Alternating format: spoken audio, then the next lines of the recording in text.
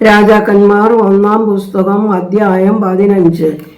നെബാത്തിന്റെ മകനായ യൊരോബെയാം രാജാവിന്റെ 18-ാം ആണ്ടിൽ അബീയാ യഹൂദയിൽ ഭരണമാരംഭിച്ചു. അവൻ 3 സംവത്സരം യെരൂശലേമിൽ ഭരിച്ചു. അവന്റെ അമ്മയ്ക്ക് മയഖാ എന്നു പേർ. അവൾ അബേദ്ശോയുടെ മകൾ ആയിരുന്നു.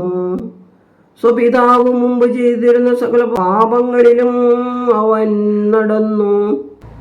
അവന്റെ ഹൃദയം അവന്റെ പിതാവായ ദാവീദിന്റെ ഹൃദയം പോലെ അവന്റെ ദൈവമായ കർത്താവിൽ ഏകാഗ്രമായിരുന്നില്ല.